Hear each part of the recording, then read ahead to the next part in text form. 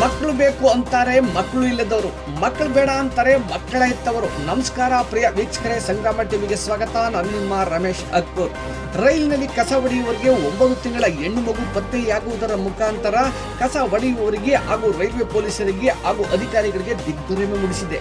ಹೌದು ಪ್ರಿಯ ವೀಕ್ಷಕರೇ, ಚನ್ನಪಟ್ಟಣ ನಗರ ಹಾಗೂ ಬೆಂಗಳೂರು ರೈಲ್ವೆ ಪೊಲೀಸ್ ಠಾಣೆಗೆ ಒಳಪಡುವ ಕರ್ನಾಟಕ ಎಕ್ಸ್ಪ್ರೆಸ್ ಸಂಖ್ಯೆ 1262-7 ರೈಲು ಗಾಡಿಯಲ್ಲಿ ಹಾಲುಗಲ್ಲದ ನವಮಾಸದ ಕಂದಮ್ಮ ಪ್ರಪಂಚದ ಅರಿವೇ ಇಲ್ಲದೆ ನಿದ್ರಿಸುತ್ತಾ ಪತ್ತೆಯಾಗಿದೆ.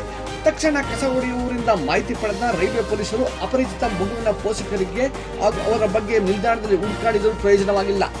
ಹೆಣ್ಣು ಮಗು ಎಂದು ಸಂಪೂರ್ಣವಾಗಿ ತೊರೆಯುವ ಉದ್ದೇಶದಿಂದ ಎತ್ತ ಕಂದಮ್ಮನನ್ನು ನಿರ್ದಾಕ್ಷಿಣ್ಯವಾಗಿ ರೈಲ್ವೆ ಬೋಗಿಯ ಸೀಟಿನ ಕೆಳಗೆ ಬಿಟ್ಟು ಹೋಗಿರುವ ಹೃದಯ ಕಲಕುವ ಅವಮಾನೀಯ ಘಟನೆ ಇದು ಎಂದರೆ ತಪ್ಪಾಗಲಾರದು. ರೈಲ್ವೆ ಪೊಲೀಸರ ಬಳಿಯಲ್ಲಿರುವ ಹಾಲುಗಲ್ಲದ ಕಂದಮ್ಮ ತನ್ನ ಕಣ್ಣ ನೋಟದಲ್ಲಿಯೇ ತನ್ನವರನ್ನು ನೋಡುತ್ತಿದೆ. ಸದ್ಯದ ಪರಿಸ್ಥಿತಿಯಲ್ಲಿ ಮಗುವಿನ ಪಾಲನೆ ಮಾಡಿರುವ ರೈಲ್ವೆ ಪೊಲೀಸರು ಪೋಷಕರು ಪತ್ತೆಯಾಗುವವರೆಗೂ ಕೆನರಾ ಬ್ಯಾಂಕ್ ರಿಲೀಫ್ ಮತ್ತು ವೆಲ್ಫೇರ್ ಸೊಸೈಟಿ ಮಾತೃಛಾಯೆಗೆ ನೀಡಿರುತ್ತಾರೆ.